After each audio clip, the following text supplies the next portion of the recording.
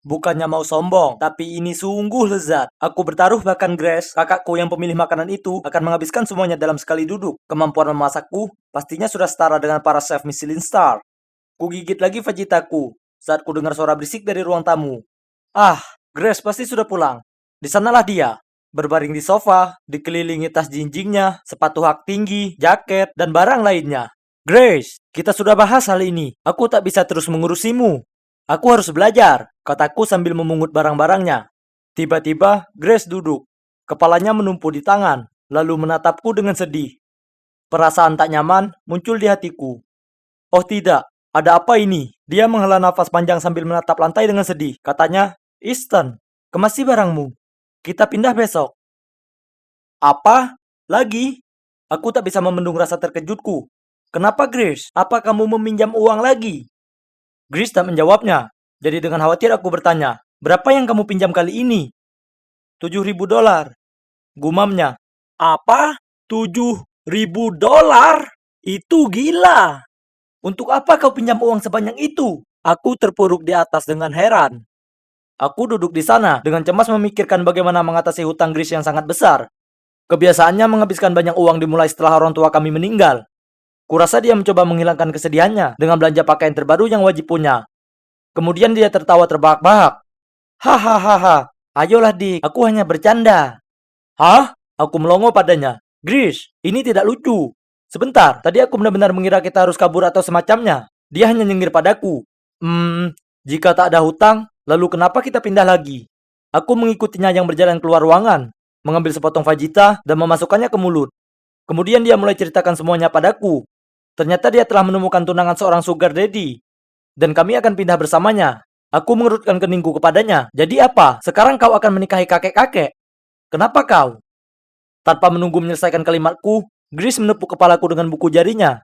Apa kau benar-benar berpikir model cantik dan terkenal sepertiku akan menikahi pria tua?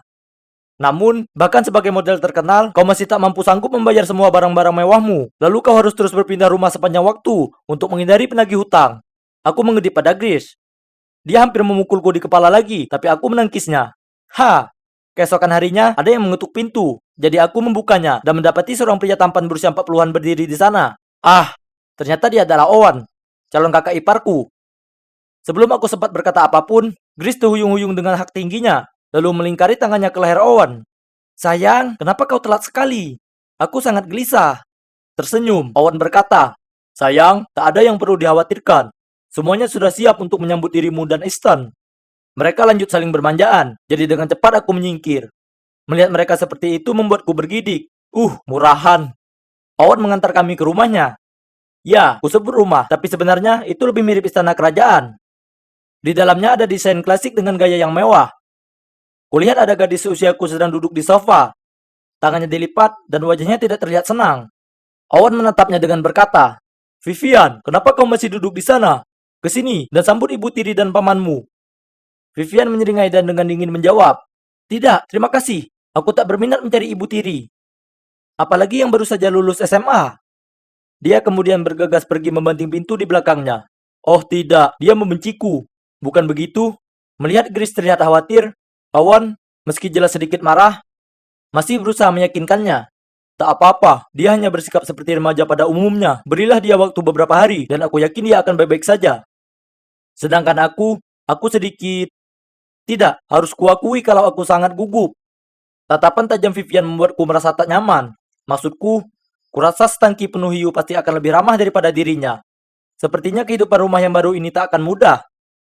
Esok paginya, saat aku sedang membantu Grace memotret dirinya yang berpose di ruang tamu, kalian tahu, untuk Instagram, tiba-tiba dia berteriak sangat keras sampai hampir kujatuhkan ponselnya. Hei, hei, bawa anjing itu keluar, sekarang juga, cepat!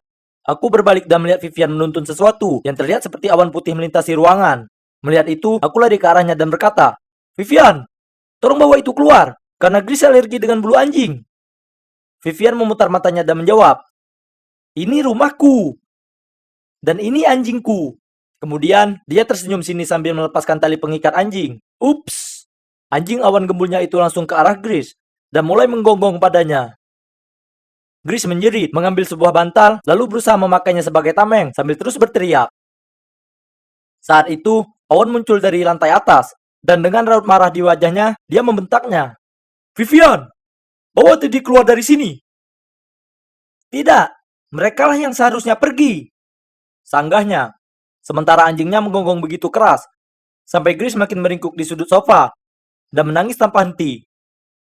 Vivian, kau sudah diingatkan. Jika kau lakukan itu lagi, maka aku tak punya pilihan selain mencarikan Teddy rumah baru. Owen berteriak keras. Vivian dongkol, kemudian menatap galak pada Grace sambil dipungutnya anjing itu lalu berjalan pergi. Memang benar, hidup di sini sama sekali tak mudah. Dan itu akan jadi semakin sulit. Keesokan harinya, aku sedang menata kamar baruku saat ku dengar suara keras dari bawah. Aku pergi memeriksanya dan mendapati Grace menyuruh 2 orang pelayan di sana untuk menggantung sebuah foto besar dari salah satu pemotretan modelnya. Dan yang tergeletak di lantai adalah foto Vivian dengan Owen dan ibunya. Geser ke kanan sedikit. Tidak, ke kiri sedikit. Oke, Grace menyuruh mereka. Aku segera mendatanginya dan bertanya, apa yang sedang kau lakukan? Dia tersenyum. Aku hanya membuat beberapa penyesuaian dekor. Sekarang tampak jauh lebih mewah, bukan begitu? Kemudian diambilnya vas abu-abu di meja, lalu membuangnya ke tempat sampah.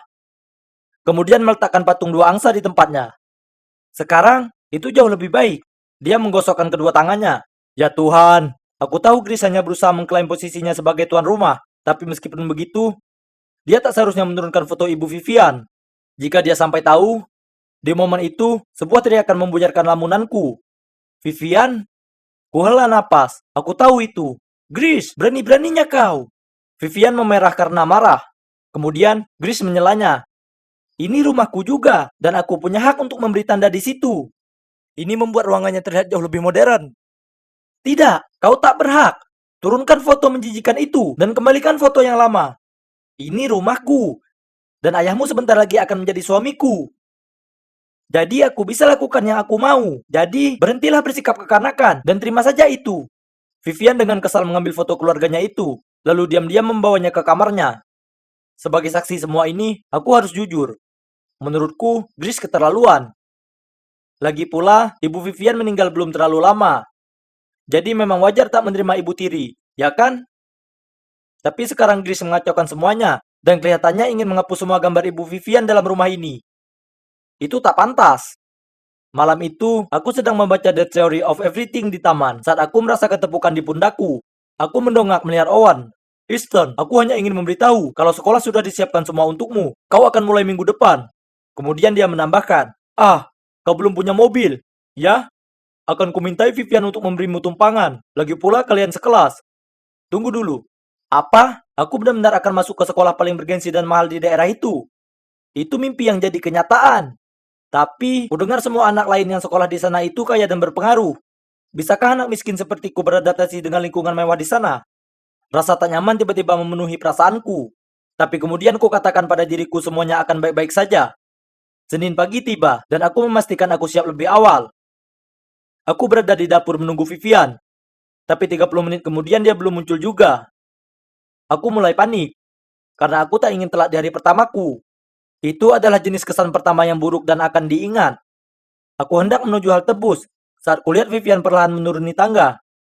Dia meringis padaku dan berkata, "Oh, kau masih di sini? Kurasa kau mau ikut denganku kalau begitu." Aku tak menjawabnya dan hanya mengikutinya ke mobil. Segera setelah aku duduk, dia ngebut. Aku bahkan belum memasang sabuk pengamanku, yang kemudian berusaha aku lakukan dengan panik. Setiap kali dia menekan akselerator, jantungku rasanya berhenti. Kemudian setelah 10 menit yang mengerikan, dia menghentikan mobilnya.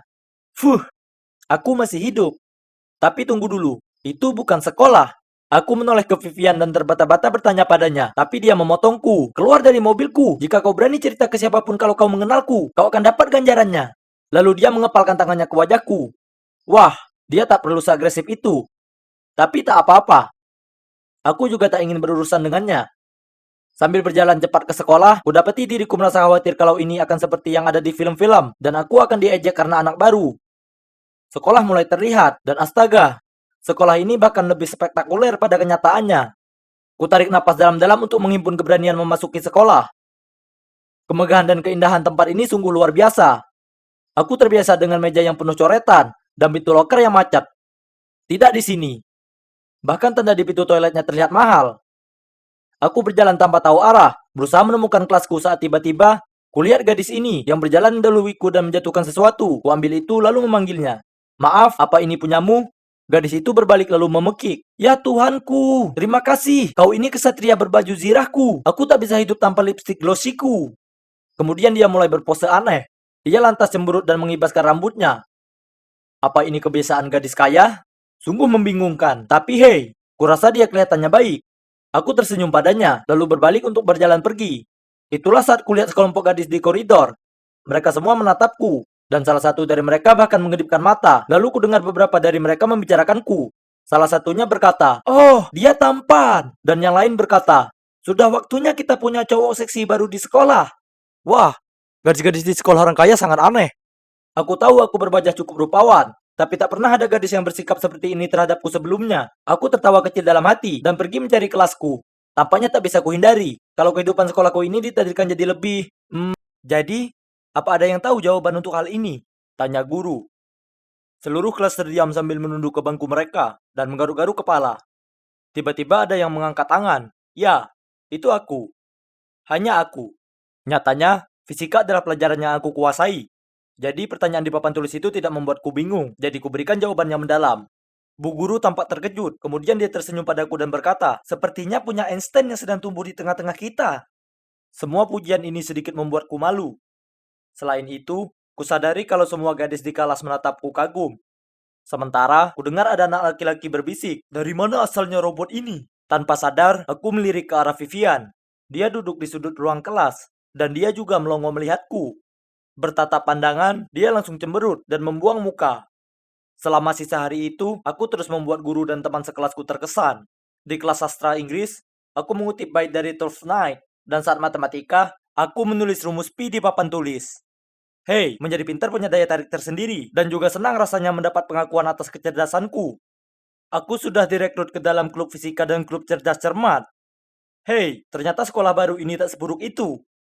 Aku Istan, dan jika kalian belum lihat bagian pertama dari ceritaku, kusarankan kalian lihat dan simak dulu. Jadi, aku berada di sekolah ini hanya karena kakakku Grish akan menikahi pria kaya yang lebih tua bernama Owen. Kemudian ada Vivian, anak perempuan Owen. Aku belum begitu mengenalnya, tapi dia tampaknya merepotkan. Setelah hari-hari pertama berlalu, sekolahku terbilang sukses. Jadi aku tersenyum lebar sambil berjalan menuju ke halte bus. Tiba-tiba seorang gadis mengejarku dan menepukku di pundak. Hei, aku Laila. Kita di kelas yang sama. Hai Laila, aku Istan. Aku tersenyum padanya. Kau ini pintar sekali. Ya, semua pelajaran. Dia tertawa. Jadi, aku juga suka fisika. Kurasa kita sebaiknya belajar bersama kapan-kapan. Dia menggigit bibirnya sambil memilin rambutnya dengan jari. Ya, tentu. Tiba-tiba ada yang menyenggol dan mengalihkan perhatianku. Vivian. Dia melenggang melewati kami, lalu menoleh ke arahku dan cemberut. Melihat ini, Laila memutar matanya dan bergumam. Gadis itu sungguh menyebalkan. Kusarankan kau hindari orang seperti dia. Aku mengangguk mendengar kata-kata Laila, tetapi tetap menatap Vivian. Dan di saat itu, bruk. Vivian dengan kepalanya yang mendongak dan cara berjalannya yang arogan itu langsung menabrak seorang kutu buku yang sedang berjalan sambil melihat ponselnya. Aku meringis saat melihatnya jatuh menindihnya. Dan ponsel anak itu terlempar jauh dan hancur saat menghantam ke tanah. Dia memerah dan bergegas bangkit, dengan panik mengeluarkan uang dari dompetnya dan menjejalkannya ke tangan anak itu, lalu terburu pergi. Hah, dasar gadis yang mengesalkan. Laila geram. Dipikirnya uang ayahnya menyelesaikan semuanya, betapa kurang ajarnya. Menghela napas, aku hanya bisa mengangkat bahu mendengar kata-katanya. Lalu cepat-cepat membuat alasan kalau harus mengejar bus. Malam itu aku sedang menonton Mythbuster di TV di ruang keluarga, saat tiba-tiba aku dengar Grace lari keluar kamar mandi sambil berteriak. Kulitnya dipenuhi bercak-bercak merah, dan dia berteriak kalau ada bulu-bulu anjing di handuknya. Di saat itu, Vivian melewati kami. Dia melihat Grace ke atas dan ke bawah, lalu menjeringai dan berkata, "Ya ampun, model kita terlihat seperti lobster hari ini." Grace sangat marah, sampai entah bagaimana, dia jadi semakin memerah. "Vivian, beraninya. Kau tunggu saja." Setelah itu, Grace menyerbu masuk ke kantor dan menyeret Owen ke ruang keluarga. Ya ampun, kali ini benar-benar serius. "Owen, lihat aku. Aku buruk sekali, dan ini semua karena anak pendengki itu." Dia menunjuk ke arah Vivian yang masih menyeringai. "Tipuannya ini tak bisa diterima." Dia mengguncang lengan Owen dengan kuat, lalu menghentakkan kakinya ke lantai. Owen mengurutkan kening ke Vivian. Tapi Vivian tak menunjukkan rasa bersalah. Sebaliknya, dia hanya mengangkat bahu dan berkata, "Aku tak tahu apa yang dibicarakannya." Suasana di rumah sangat menegangkan, sampai aku tak bisa napas.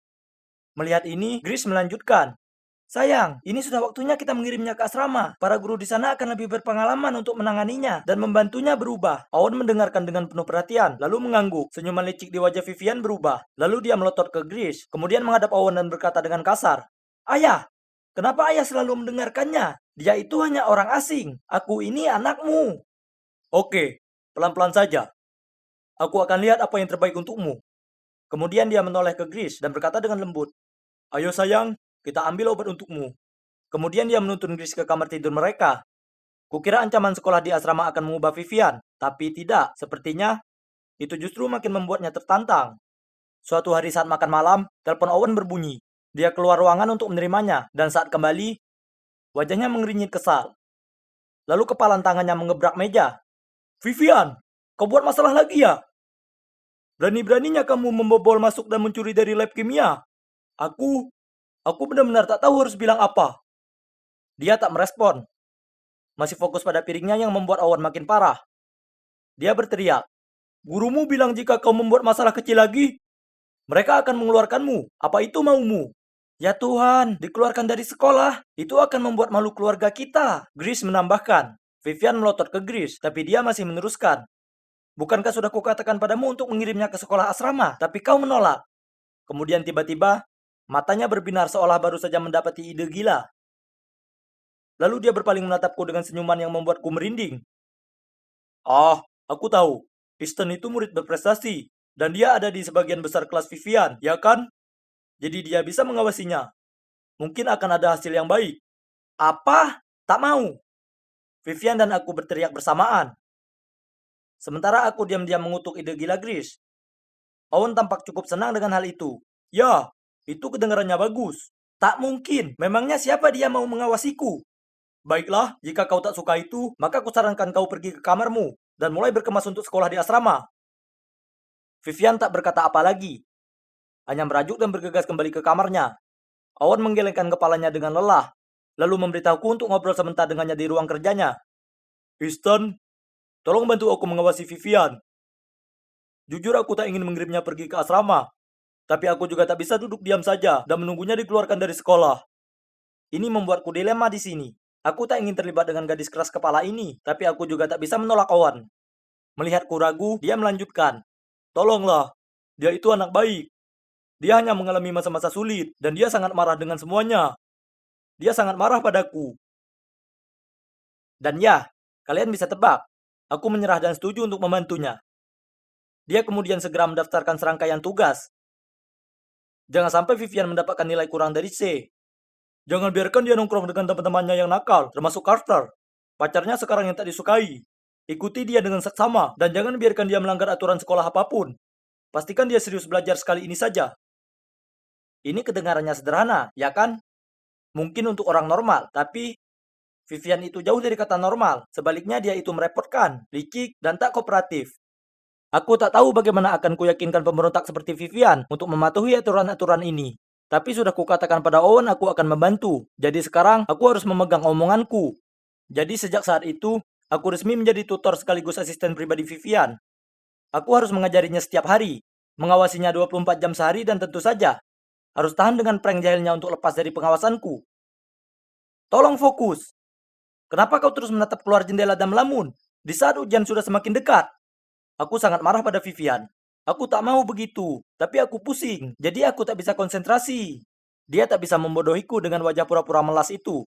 Langsung ku ambil tablet aspirin dari kantong kemejaku, dan gerakan kepalaku memberi isyarat untuk diambilnya, supaya dia bisa terus belajar.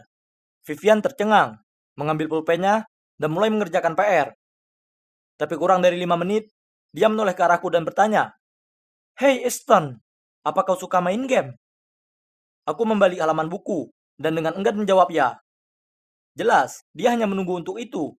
Karena dia langsung mengeluarkan Nintendo Switch miliknya, dengan bersemangat memberikannya padaku, dan berkata, "Jadi kau bisa memainkan ini, dan aku akan tidur sebentar." Aku begadang sampai larut malam kemarin menonton film. Menguap. Kalau waktunya habis, bilang saja ke ayahku kalau kita sudah selesai belajar. Sebelum aku bisa berkata apapun, dia sudah melompat ke ranjangnya dan menyelimuti dirinya. Sungguh membuatku frustasi. Tapi kemudian sebuah ide muncul di kepalaku. Baiklah, kalau begitu kita ganti metode belajarnya. Hujan bahasa, bagaimana menurutmu? Lalu kuraih mini speaker di atas meja, memainkan pelajaran audio bahasa Spanyol dengan volume paling kencang, dan meletakkan tepat di telinganya. Dia langsung menutupi kepalanya dengan sebuah bantal. Tapi aku tak menyerah dan terus mendorong speaker itu lebih dekat. Setelah berguling-guling di ranjang sebentar, dia akhirnya mengaku kalah. Dengan wajah cemberut kembali ke meja belajar dan berkata, "Oke, tolong hentikan siksaan gila ini. Kau ingin aku duduk di sini dan belajar ya kan?" Aku melipat tangan dan tersenyum puas. Hah, gadis ini tak terlalu sulit untuk ditangani. Aku tak secuek Vivian. Sebaliknya, aku sangat cemas kalau dia gagal di ujiannya. Dan aku akan disalahkan. Aku bahkan harus memohon padanya. Hei, tolong, fokuslah belajar sastra. Kumohon, jika kau dapat F, maka tamatlah riwayatku. Hah, itu bukan urusanku. Vivian mencibir. Dengan putus asa aku berikan padanya esai milikku. Ini, aku sudah menyiapkan ini sebagai referensimu. Kau hanya perlu mengingatnya. Dengan cepat diamatinya sekilas, kemudian menjatuhkannya di meja dan menjawab, "Tidak kau bisa pelajari sendiri. Aku punya hal yang lebih penting untuk dilakukan." Tak berdaya, kuambil esai itu dan membacanya dengan lantang. Aku membacanya lagi dan lagi, dengan harapan bahwa sambil dia mengecat kukunya, dia bisa mengingat beberapa kalimat. Awalnya Vivian tampak terganggu, tapi kemudian dia terkekeh dan berkata, "Oke, biar ku pelajari sendiri. Wajahmu yang malas terlihat lucu sekali." Sungguh keajaiban. Dia benar-benar mulai membaca catatannya. Tapi jujur saja, aku tak berharap banyak. Tapi kalian tahu tidak, hal yang paling tak terduga terjadi. Saat kami berdiri di luar gerbang sekolah, dia menunjukkan padaku hasil ujiannya. B dan C, dan tak ada D. Wah, rasanya ini bahkan lebih baik daripada aku mendapat A+. Ya, hampir sih. Aku hendak memberinya selamat, tapi ku dengar seseorang meneriaki namanya. Lalu aku berbalik ke belakang, melihat beberapa anak mendatanginya. Oh tidak, ini adalah pengaruh buruk yang Owen ceritakan padaku untuk dijauhkan darinya. Oh tidak, teman Vivian berjalan menghampirinya. Jadi dengan cepat ku tarik dia ke samping, dan dengan tegas menyuruhnya segera pulang. Vivian menjauhkan tangannya dan berkata, "Hah, ini bukan urusanmu. Aku bisa berada dimanapun, dengan siapapun, dan kau tak berhak memaksaku." Baiklah, kalau kau tak ikut denganku, maka aku akan menelpon Owen, dan kau tak perlu ragu untuk dikirim ke sekolah asrama di akhir pekan ini. Apa itu yang kamu mau? Dengan enggan dia berpamitan ke teman-temannya, lalu ikut aku pulang. Aku tak bisa menahan senyum bangga. Aku sudah melakukan tugas dengan baik. Ah, senang rasanya berhasil. Aku Istan, dan jika kalian belum melihat bagian 1 dan 2 dari ceritaku, kusarankan kalian memeriksanya. Dan untuk Vivian, tidak kok, aku tak punya sifat superior. Aku hanya memerintahnya seperti ini karena ayahnya, Owen, memberiku tugas mengawasinya. Aku dapat perhatian penuh darinya. Karena jika dia berulah, maka ayahnya akan mengirimnya ke sekolah asrama. Aku tak paham. Aku tahu Vivian tak ingin dikirim ke sana. Tapi kenapa sih dia tidak bisa bersikap baik? Uh, Dia ini bukan gadis yang biasa-biasa saja, malah nakal. Seharusnya jadi nama tengahnya. Besoknya saat aku berjalan menuju kelas, semua orang memandangiku dan tertawa. Kemudian, cowok yang duduk di sebelahku menunjukkan padaku sebuah foto di ponselnya. Ya ampun, ada apa ini? Ya, itu aku tertidur di meja kamarku. Mulutku terbuka lebar, dan aku ngiler. Siapa yang memposting ini online? Uh, Cuma Vivian yang bisa. Tiba-tiba sebuah pesawat kertas mengenai kepalaku. Kubuka dan kubaca pesannya. Itu untuk mempermalukanku di depan teman-temanku, bahkan Stephens. Permainannya bagus, Vivian. Tentu saja, aku ini orang yang terlalu rajin dan bertanggung jawab untuk membatalkan misiku, hanya karena satu foto konyol. Kalian tahu tidak, sejak aku setuju untuk mengawasi Vivian, selalu kupastikan dia berada dalam pandanganku. Aku mengikutinya sangat dekat, sehingga segera saja rumor mulai beredar seperti halnya, apa mereka berdua pacaran, dan Stan itu cowok matre. Tapi menurutku kalimat kekanakan mereka itu lucu. Lagi pula, aku tahu bagaimana kebenarannya. Hingga suatu hari, aku sedang belajar di perpustakaan saat Laila duduk di sebelahku. Ada apa di antara kau dan Vivian? Maksudku, kalian sepertinya selalu bersama. Lidahku terlalu keluh untuk menjawab, jadi Laila melanjutkan. Kurasa kau harus menjauhinya. Percayalah, tak ada yang baik dari gadis macam itu. Entah dari mana Vivian melompat masuk dan berteriak. Oh, permisi. Apa maksud yang kau katakan barusan? Jadi, menurutmu aku ini cewek macam apa? Semua orang di perpustakaan menatap kami. Laila tak bisa menjawab. Sementara tatapan mata Vivian membuatku takut. Aku berusaha mencari cara untuk meredam semuanya. Tapi dengan marah, Vivian menyapu buku di atas meja, lalu bergegas pergi. Aku ingin mengejarnya, tapi Laila menahan lenganku dan menyuruhku untuk mengabaikannya. Kemudian dengan nada manis, dia memintaku untuk membantunya dengan soal matematika. Aku senyum terpaksa dan menjawab, "Ya, tentu saja." Setelah itu, setiap kali kulihat Vivian, entah itu di sekolah atau di rumah, dia tak mengucapkan sepatah kata pun kepadaku dan malah memberiku tatapan mematikan. Tatapannya agak menakutkan dan membuatku tak nyaman. Tapi lebih dari semuanya itu, membuatku merasa bersalah. Tapi aku tak paham kenapa. Aku tak melakukan hal yang salah, ya kan? Kemudian suatu kali, aku sedang menuju ke kantin saat kulihat Grace. Hah, apa yang dilakukannya di sini? Aku menyusulnya dan dia bilang kepala sekolah menelpon karena Vivian bermasalah lagi. Tapi karena Owen sudah hampir berangkat dinas, dialah yang harus datang. Dia itu menyusahkan sekali. Aku harus tinggalkan jadwal perawatan kukuku lebih cepat. Dia melambaikan kukunya yang setengah jadi di hadapanku. Lihat, jelek sekali. Aku berjalan bersama Grace. Makan siang bisa menunggu, karena aku perlu mencari tahu apa yang Vivian sudah lakukan kali ini. Aku tak paham, karena aku sudah mengawasi dirinya dari dekat, dan aku tak lihat dia melakukan apapun yang buruk. Dari luar, kulihat ada Laila dan Vivian ada di sana. Grace menyerbu masuk ruang kantor, dan aku berjalan masuk di belakangnya. Ternyata, naskah ujian sejarah hilang. Dan sebelumnya, Laila melihat Vivian menyelinap ke ruang guru itu. Frustasi, Vivian berteriak, "Tidak, itu bukan aku. Laila mengada-ngada." Tapi kepala sekolah tidak mempercayainya dan bersikeras Vivian yang melakukannya. Ia juga menyatakan Laila itu siswa teladan dan tak ada alasan untuk mengada-ngada soal ini. "Ini saatnya kau dikeluarkan." Kepala sekolah itu memberi pernyataan. Kupandang Vivian dengan keprihatinan dan dia terlihat seperti akan menangis. Tepat saat itu, Grace angkat bicara. "Apa Anda punya bukti lain selain kata-kata gadis ini? Bagaimana bisa Anda menuduh Vivian seperti itu saat bukti satu-satunya adalah kesaksian siswa lain? Aku tak merasa putriku ini orang semacam itu." Vivian mendongak ke arah Grace dengan mata melebar. Setelah berdiskusi beberapa saat, pada akhirnya kepala sekolah berubah pikiran tentang mengeluarkan Vivian dan memutuskan bahwa hal ini perlu diselidiki lebih lanjut. Fuh, aku merasa lega. Karena saat keluar dari sana, Vivian dengan canggung menatap Grace dan berkata, "Terima kasih." Lalu kabur. Sungguh aneh melihatnya bersikap malu-malu. Tapi kurasa yang dilakukan Grace sangat berarti baginya. Karena setelah itu mereka menghentikan perseteruan kecil mereka. Grace tak memberitahu Owen tentang apa yang terjadi. Dan Vivian bahkan meminta temannya untuk merawat anjing peliharaannya untuk sementara waktu. Jadi Grace bisa beristirahat dari bersin-bersin. Rasanya menyenangkan tidak tinggal di zona perang lagi. Tapi lebih dari itu, versi dari Vivian ini, ya, sangat menggemaskan. Saat itu Sabtu malam, dan aku sedang main PS5 di ruang keluarga saat Vivian muncul. Wah, dia berdandan dan terlihat, sangat cantik. Sampai nanti pecundang, aku akan pergi kencan dengan Carter. Dia melambai padaku. Aku langsung lompat dan berseru, "Tidak, kau tak boleh." Maksudku, itu salah satu hal yang tabu yang Owen sudah sebutkan sebelumnya. Aku berusaha membuatnya tetap tinggal di rumah, tapi tak berhasil. Jadi ku ambil jaket dan diam-diam mengikuti mereka ke tempat pertemuannya. Ya, aku jadi obat nyamuk, tapi aku perlu memastikan tak ada hal buruk yang akan terjadi padanya. Aku sudah janji ke Owen. Aku mengikuti mereka di bioskop terbuka. Murahan. Duduk tak begitu jauh, kulihat mereka berciuman. Dan kemudian di tengah jalannya film, Carter meraih tangan Vivian dan menuntunnya. Kemana mereka? Melihat wajah Carter yang bersemangat, tak sulit menebak apa yang sudah direncanakannya. Sebagai pengawas Vivian, aku tak bisa biarkan itu terjadi. Jadi, aku segera datangi mereka, cepat-cepat melingkarkan jaketku di pinggang Vivian, dan berbisik padanya. "Tante Flo sedang perjalanan ke rumah." Vivian tampak terkejut, dan yang mengejutkan Carter. Vivian langsung menyuruhku membawanya pulang. Saat kami tiba, dia langsung ke atas menuju ke kamar mandi.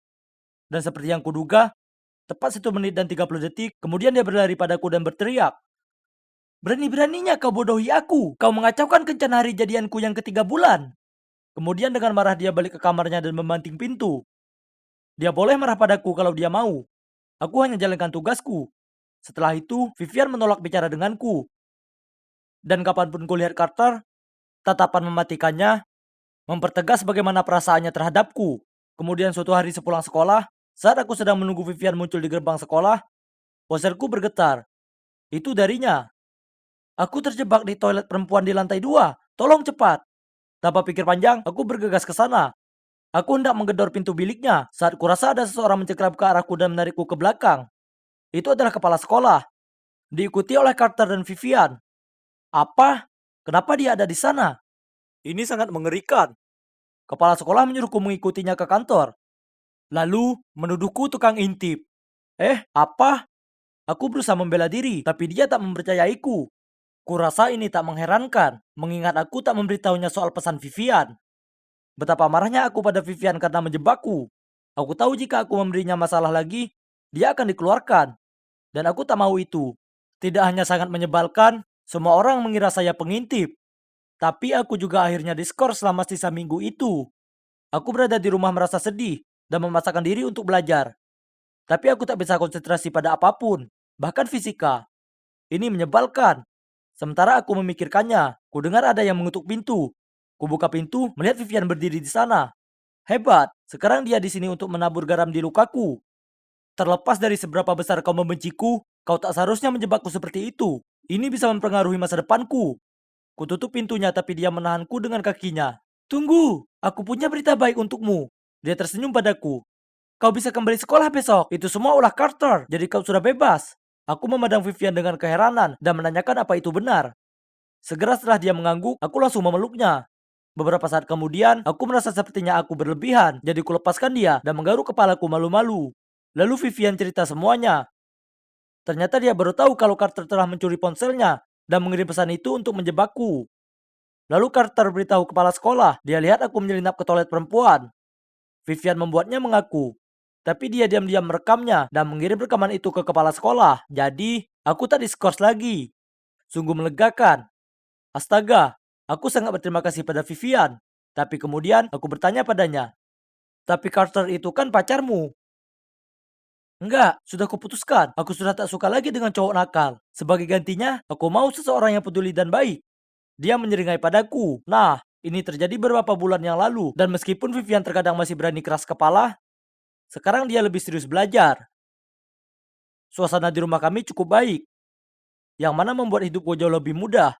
Dan kalian tahu tidak, Vivian dan Grace bahkan pergi belanja bersama. Dan aku harus ikut dan membawakan belanjaan mereka. Dan jika kalian bertanya-tanya tentang aku dan Vivian, kurasa siswa pemberontak dan siswa berprestasi ternyata bisa akur. Kurasa kita lihat saja nanti apa yang terjadi. Aku memasuki apartemen dan melihat 4 pasang mata ternganga ke arahku. Tunggu dulu, aku kenal Eric dan Philip dari kelas matematikaku. Dan cewek yang saat ini menatapku dengan sombong sambil memutar-mutar rambutnya di jarinya adalah Jessica. Ya, aku sebenarnya tidak mengenalnya, tapi reputasinya sebagai orang kaya dan sombong sampai di telingaku. Lalu yang terakhir, apakah anak Imo itu? Siapa namanya lagi? Memutuskan untuk memecah keheningan yang tidak nyaman ini, aku berkata, "Oh, hey, jadi kalian juga kena scores?" Tidak ada yang menjawab, meskipun mereka pasti sudah mendengarku. Wah, oke. Suasana ini tegang. Dan kupikir akulah yang selalu canggung. Sejujurnya, aku bahkan tidak tahu kenapa aku harus melakukan skorsing aneh ini. Yang aku lakukan hanyalah secara tidak sengaja dan dengan buruknya melemparkan dodgeball ke wajah guru olahraga itu. Lalu ketika aku hendak meminta maaf, lidahku terpeleset. Tapi, bukankah kamu seharusnya yang paling ahli karena kamu adalah guru olahraga itu? Aku bergumam.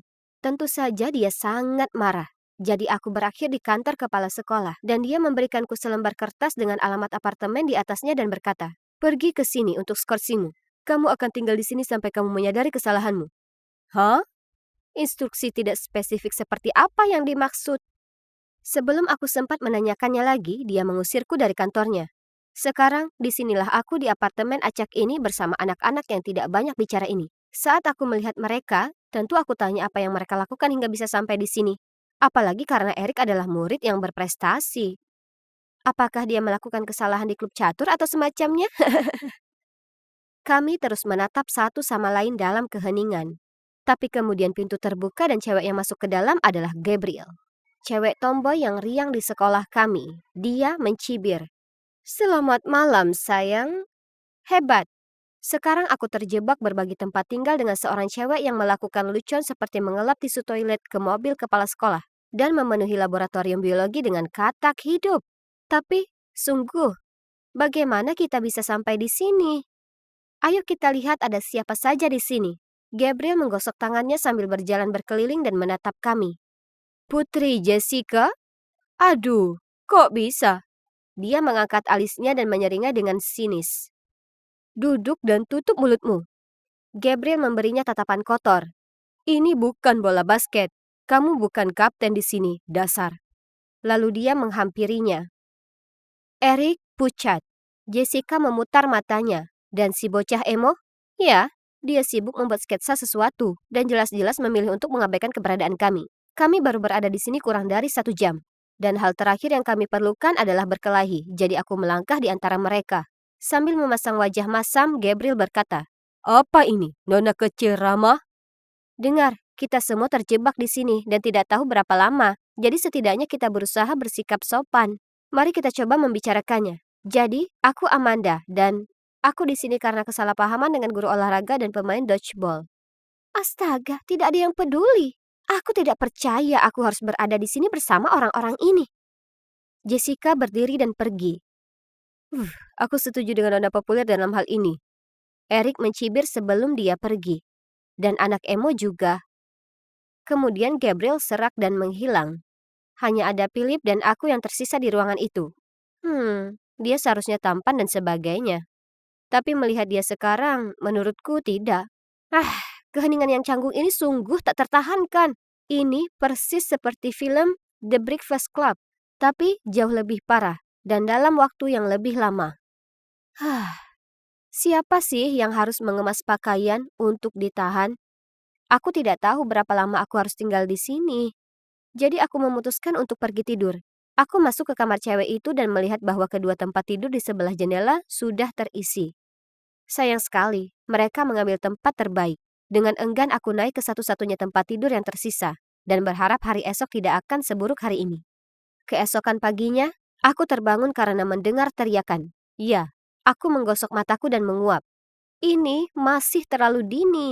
Aku pergi ke koridor untuk melihat apa yang terjadi dan melihat Jessica dan Eric berdebat tentang satu-satunya kamar mandi di apartemen itu. Jessica ingin merias wajahnya, sementara Eric benar-benar harus pergi. Lalu Philip menonton dan sesekali menyela untuk mengatakan sesuatu yang bodoh. Kenapa kamu tidak menggunakan matematika kutu bukumu untuk memecahkan masalahmu? Satu-satunya alasan kamu harus menghabiskan waktu lama untuk merias wajah adalah karena kamu jelek. Oh, sial. Philip tertawa. Tiba-tiba, pintu kamar mandi dibanting hingga tertutup. Mereka bergegas ke sana dan mencoba membukanya, tetapi tidak berhasil. 10 menit kemudian, anak emo itu keluar. Jessica berteriak padanya. Berani-beraninya kamu, barang-barang pribadiku masih ada di sana. Aku menonton dengan mata terbelalak. OMG, orang-orang ini konyol. Bagaimana aku bisa tinggal bersama mereka? Pada akhirnya, kami mencapai kesepakatan tentang aturan kamar mandi. Siapa datang yang lebih dulu yang duluan, tetapi masing-masing dari kami hanya boleh memakainya selama maksimal 15 menit. Berada di ruang kecil bersama orang-orang yang hampir tidak aku kenal akan selalu menjadi masalah. Tapi tidak menggunakan ponsel sebagai pengalih perhatian akan membuatnya jauh lebih sulit. Kami punya satu TV, tetapi hanya ada satu saluran jelek di sana. Tidak ada yang menjernihkan suasana, sepertinya tidak ada yang akur. Serius, kapan ini akan berakhir? Semua kotoran dan pertengkaran terus-menerus membuatku gila. Tapi yang terakhir adalah saat aku sedang mencuci muka. Busa pembersih secara tidak sengaja masuk ke mataku. Jadi aku segera meraih handuk untuk menyekanya. Tapi yang membuatku ngeri, ketika aku membuka mata, aku malah melihat diriku sedang memegang kaos kaki seseorang. Sial! Setelah itu, aku mengumpulkan semua orang dan melemparkan kaos kaki itu ke lantai dan berkata, kita perlu semacam aturan ketertiban karena aku tidak bisa hidup seperti ini lagi. Itu menjijikkan. Jessica mendengus. Siapa kamu sampai bisa memerintah? Tidak ada yang peduli dengan apa yang kamu pikirkan. Bahkan sebelum aku sempat mengatakan apapun, Eric kembali mengatakan bahwa Jessica hanyalah seorang cewek kaya bodoh yang tidak pernah mengangkat satu jari pun. Lalu Gabriel melompat berdiri dan mulai berteriak tanpa alasan. Philip memberiku tatapan sinis dan sok tahu yang membuatku ingin berteriak. Lalu dia melemparkan bola basket ke arahku, yang hampir menghantam kepalaku. Lalu mengabaikan yang lain, aku mulai meneriakinya. Satu-satunya yang diam hanyalah si bocah emo. Kamu bahkan tidak secantik itu. Nyatanya, aku pernah melihat siput yang lebih menarik. Aku mendengar Eric berkata kepada Jessica. Itu agak berlebihan, bukan? Maksudku, sudah jelas Eric hanya mengejek Jessica karena dia sangat menyukainya. Jessica mendengus sambil mengibaskan rambutnya ke belakang lalu bergegas ke kamarnya. Astaga, tempat ini menyebalkan. Setidaknya waktu makan siang telah tiba. Jadi aku membuat burger yang kelihatannya enak untuk diriku sendiri lalu segera pergi ke kamar mandi. Ketika aku kembali ke Eric, aku tidak dapat mempercayainya. Philip sedang menggigit burgerku. Aku berteriak padanya tapi dia mengangkat bahu. Lalu berkata dia akan membuatkanku yang baru.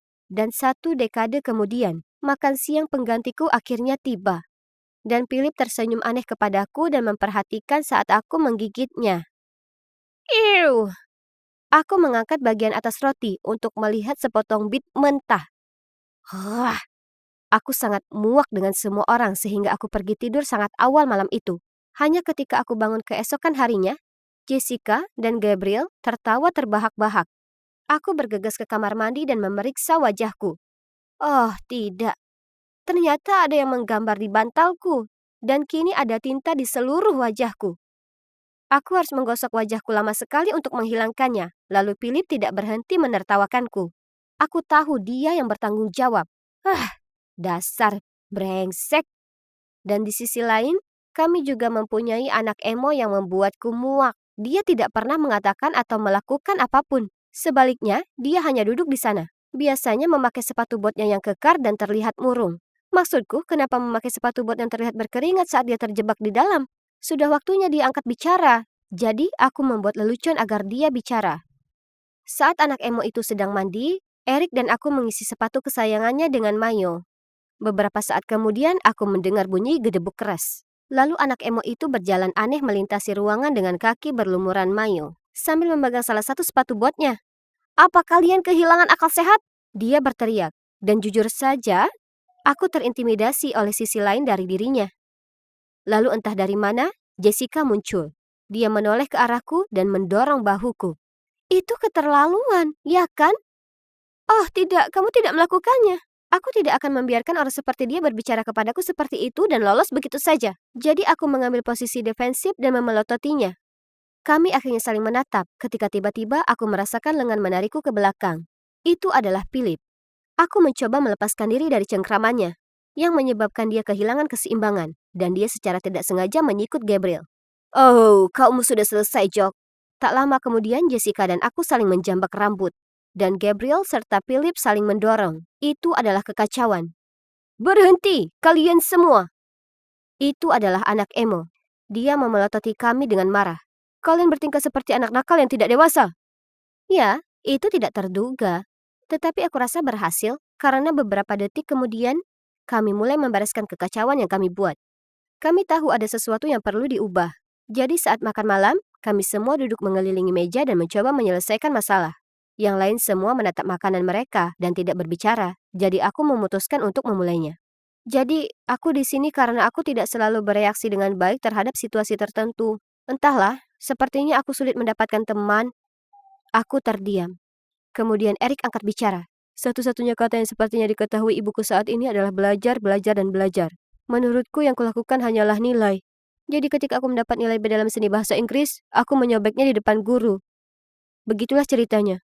Jessica menyibakkan rambutnya ke belakang lalu berkata, cobalah memiliki semua uang yang kamu inginkan, kecuali orang tua yang paling lalai yang pernah ada. Aku yakin mereka masih belum menyadari kalau aku terjebak di sini bersama kalian pecundang selama berhari-hari, hanya karena aku bilang pada seorang cewek kalau roknya jelek.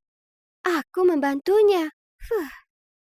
Lalu Phil berseru, ayahku mau aku menjadi kuat dan jantan seperti dia. Aku tidak ingin menjadi seperti dia, tetapi aku khawatir aku akan menjadi seperti dia. Dan aku tidak dapat berbuat apa-apa. Jadi aku melewatkan latihan bola basket, bertengkar dengan pelatih dan ayahku. Dan sekarang aku berada dalam tahanan paling aneh yang pernah ada. Gabriel mencibir. Paling tidak ayahmu ada. Ayahku menghilang selama sebulan.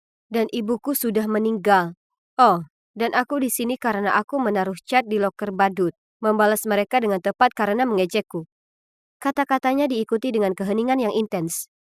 Canggung. Tapi aku merasa aku memahami semua orang sedikit lebih baik sekarang. Oh, tapi tunggu dulu. Anak emo itu tidak mengatakan apapun. Hei kamu, aku memandangnya. Jadi, apa ceritamu? Dia mengangkat bahu dan menurutku dia tidak akan berbicara. Tetapi kemudian dengan suara pelan dia berkata, aku Stephen. Aku tidak pernah mengenal ayahku.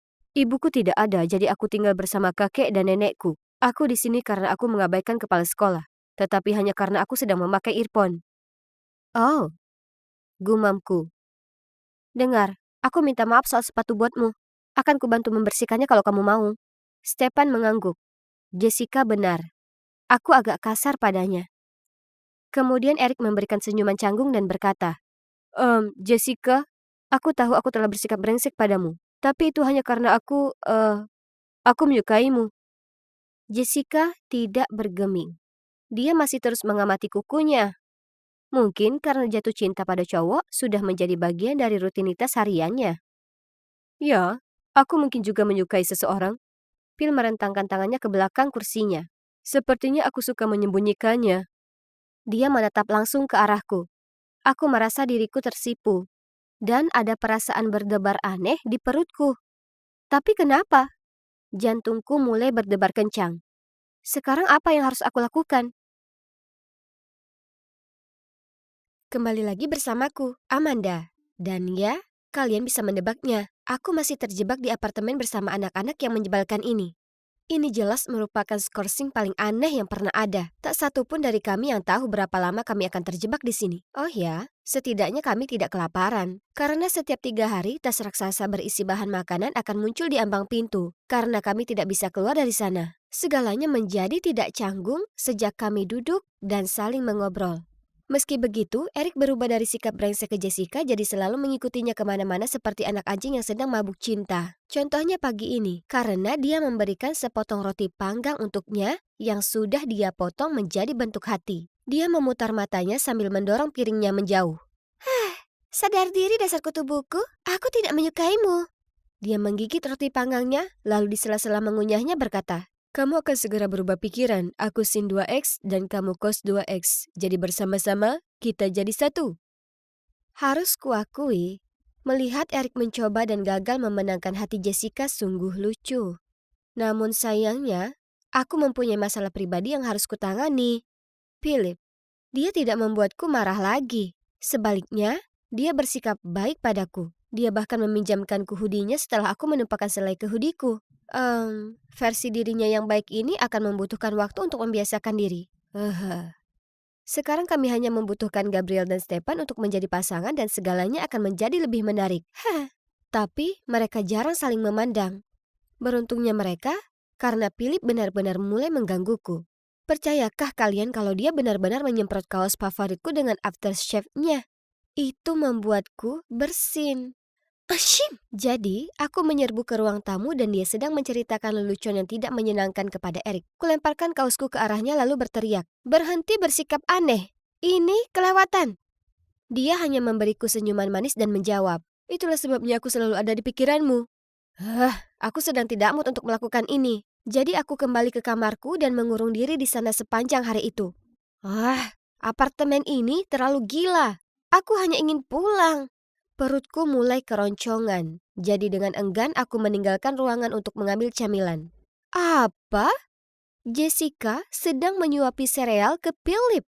Erik sedang merajuk di sudut ruangan, dan Gabriel menirukan tindakan Jessica bersama Stefan, yang kini menumpahkan sereal ke seluruh wajahnya. Astaga, menurut Philip dia sangat tampan sehingga dia bisa mendapatkan cewek manapun yang dia inginkan. Ya, dia yakin dia bergerak cepat.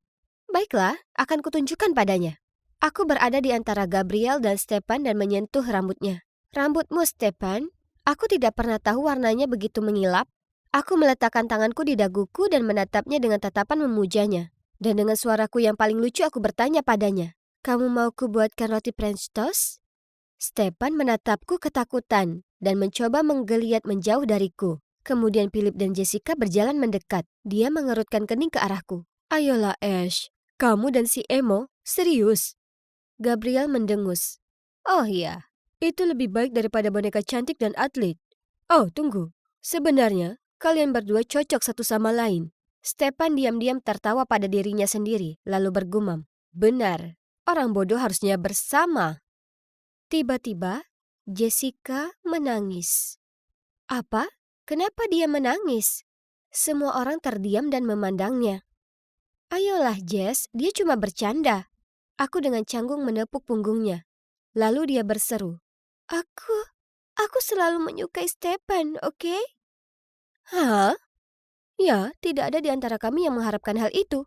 Stefan yang malang kelihatannya akan pingsan karena kaget. Jessica pasti sudah mengubur perasaan ini dalam-dalam begitu lama. Dia adalah cewek paling populer dengan reputasi yang patut dijunjung tinggi.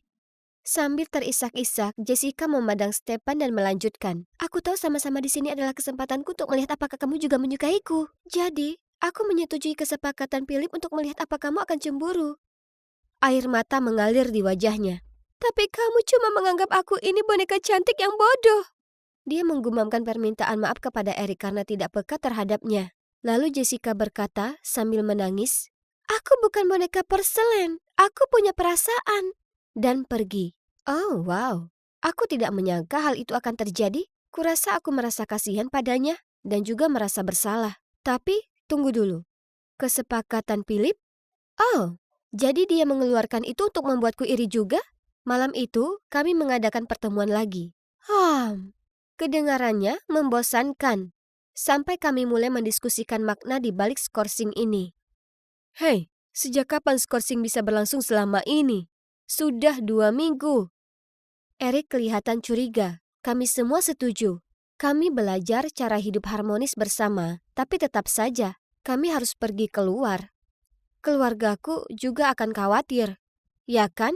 Kuharap mereka juga. Kemudian keesokan paginya, Philip sedang mencoba membuka sumbatan ventilasi udara di dapur ketika dia melambai kepada kami. Dia menunjuk pada sesuatu yang kecil dengan lampu merah kecil di atasnya.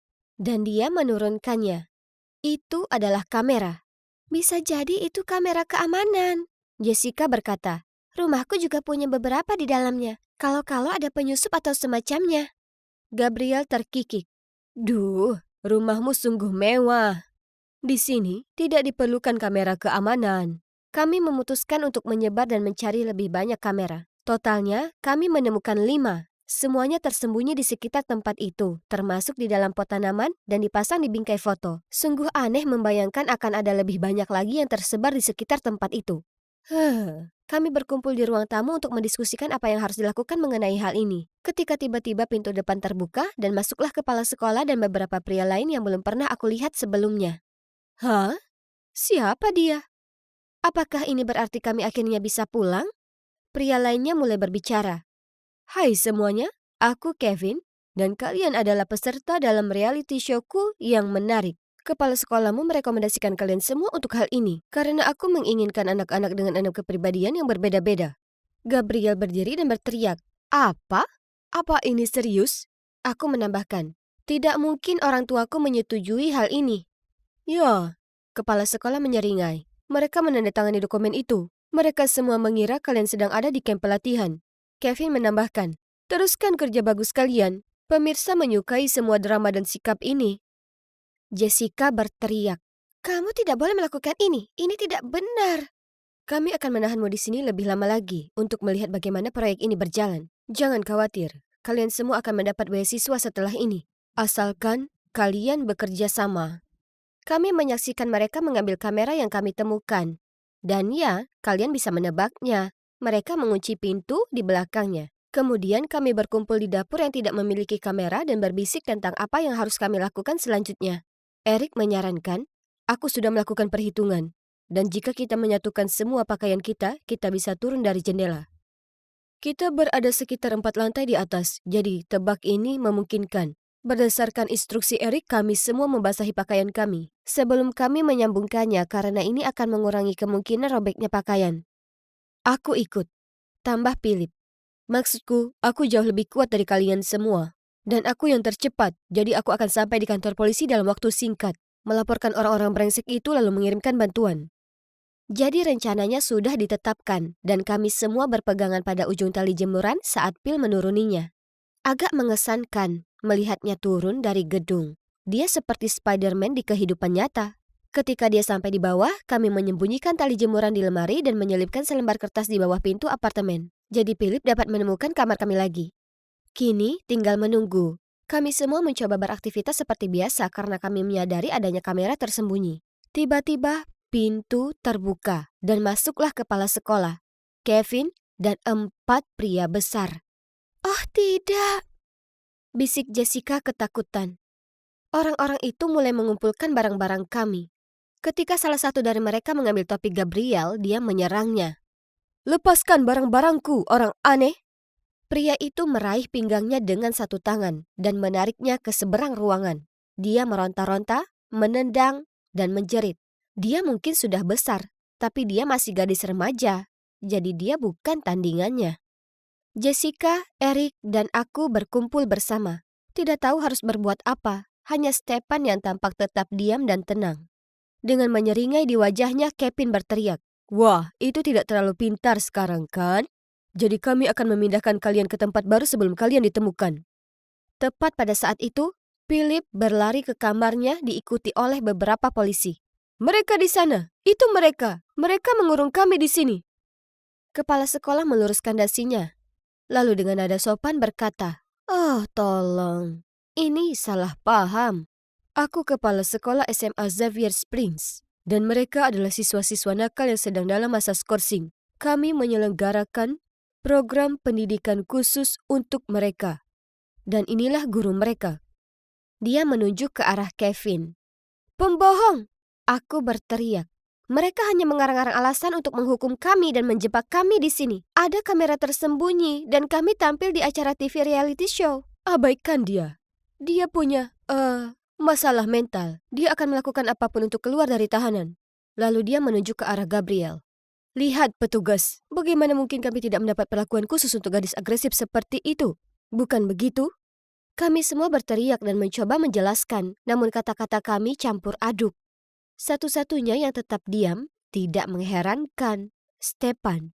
Polisi mencari-cari bukti tapi tidak menemukan apapun. Mereka mengira kami hanyalah remaja nakal yang mencoba mendapatkan jaminan dari tahanan. Mereka hendak pergi ketika Stefan dengan tenang menghampiri mereka, mengeluarkan salah satu kamera yang kami temukan kemarin dari sakunya, dan memberikannya kepada mereka. Kemudian, Stefan masih tanpa kata-kata mengeluarkan perekam antik, menekan tombolnya, dan kami semua mendengar seluruh percakapan tentang acara TV dan ancaman kepala sekolah.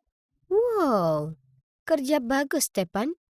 Polisi langsung menangkap mereka, dan kami dibawa kembali ke keluarga kami, yang semuanya menangis bahagia saat kami kembali. Jadi, apa yang terjadi selanjutnya?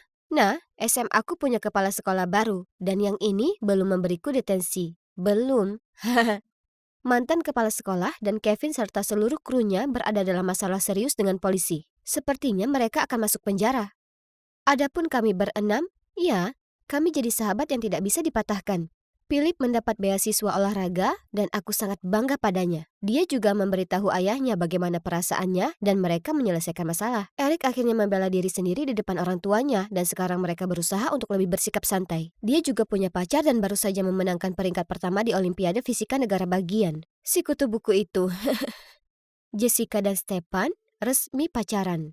Dan mereka tidak peduli dengan apa kata orang. Mereka sebenarnya sangat serasi. Tapi shh, jangan bilang pada mereka aku mengatakan itu. Gabriel memutuskan untuk meninggalkan kota ini dan belajar di sekolah asrama khusus perempuan. Dia bertemu dengan seorang gadis di sana bernama Claire. Dia terdengar sangat bahagia. Kami semua senang mendengarnya. Jadi, menurutku si Nona Galak punya sisi lembutnya. Dan aku berubah dari seorang gadis yang kesepian dan canggung menjadi memiliki 5 sahabat yang tidak terduga dan seorang pacar yang luar biasa. Ya, aku sekarang bersama Philip. Sepertinya kena skorsing tidaklah terlalu buruk. Bersulang. Panggilan Bhumika Autumn. Berhenti menatap saudaraku yang payah itu dan dengarkan aku. Aku berbalik dan menatapnya. Ya ampun, kuharap wajahku tak memerah. Ya, maaf. Aku bergumam. Dia menggelengkan kepala padaku. Semakin dingin. Dia melilitkan jaketnya lebih erat di tubuhnya. Oh ya, kau pasti tak sabar dengan acara menginap di akhir pekan ini? Jadi, kau tetap akan bawa kopermu yang penuh baju Chicago keren itu kan? Tentu, itu semua akan jadi milikmu. Aku tersenyum, tak mampu menahan diri berusaha melihat kakaknya dari sudut mataku. Dan kau janji akan memberi waktu untukku dan set berduaan kapanpun ku kedipkan mata ke arahmu? Aku memastikan. Tentu, kau bisa mengandalkanku. Cuma jangan ciuman di depanku.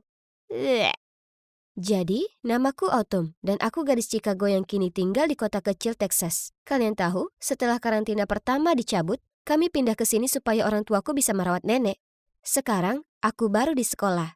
Tapi untungnya semua orang sepertinya baik. Terutama cewek yang duduk di sampingku di kelas bahasa Prancis ini, si Lilian. Dia belum pernah keluar Texas. Jadi dia senang sekali mendengar ceritaku tentang Skydeck dan festival Lollapalooza. Hebatnya lagi, dia punya saudara kembar terseksi yang pernah ada. Namanya Seth. Dia bahkan lebih tampan dari Justin Bieber. Aku bisa menatapnya seharian. Texas terkenal akan banyak hal. Cuaca panas terik, barbecue, dan rodeo. Tetapi salju bukanlah salah satunya. Anehnya, di musim dingin ini diperkirakan akan terjadi badai salju. Dan tentu saja, Lilian sangat senang seperti anak kecil di malam ulang tahunnya. Duh, cuaca dingin. Aku sudah bosan dengan itu. Tapi tak bisa kutolak ajakan menginap sedangkan Seth akan ada di sana, ya kan? Ini kesempatan sempurna untuk bisa dekat dengannya. Maksudku, tak ada cowok jomblo manapun yang bisa menolak cewek yang menyatakan perasaan mereka di hari pertama turun salju. Terutama yang berasal dari Texas yang cerah. Aku bisa jadi putri salju untuknya di dunia nyata. Lilian kemudian mulai mengoceh soal semua rencana akhir pekannya. Antisipasinya yang berlebihan sangatlah lucu. Maksudku, itu kan cuma salju. Tapi kurasa bagi cewek yang bahkan tak punya boots hujan, ini merupakan momen yang sama penting seperti Thanksgiving. Aku mungkin tak sebersemangat itu membayangkan melihat salju. Tapi aku ingin, meski sedikit gugup, bisa bertemu Seth. Kami semua akan habiskan akhir pekan bersama di pondok peristirahatan keluarga Lilian. Dan tanpa ada orang tua. Ya, zona bebas orang dewasa. Itu terdengar seperti surga, ya kan? Pagi itu Trevor dan Lilian datang menjemputku. Lilian sangat senang ketika melihat koper besarku berisi baju musim dingin yang kujanjikan padanya. Sampai-sampai dia sendiri mampu masukkan itu ke bagasi mobil tanpa usaha. Dia pasti sangat menyukainya, ha? Oh iya, maaf, aku lupa sebutkan Trevor. Dia itu cowok kutu buku di kelas kami dan juga teman baik Seth.